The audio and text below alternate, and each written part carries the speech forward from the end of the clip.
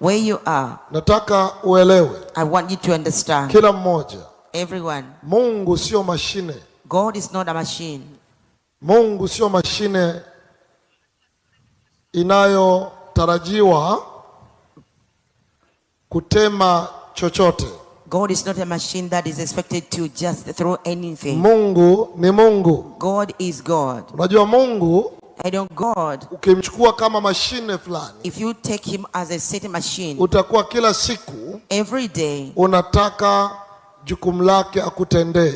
all you want is for him to do his Na responsibility to you. asipotenda, And if he doesn't do it, unasema huyu sio Mungu wangu tena. you say, this is no longer my God. Lazima kwanza umjue Mungu, First you must know God, kwamba Mungu sio mashine. that God is not a machine. Kuna jukumu la Mungu kwetu, There is the responsibility of God, jukumu lake kubwa alishafanya and his great responsibility already kuja kwetu to manifest himself to us kupitia mwanae Yesu Kristo, through his son Jesus Christ, kwamba yeye that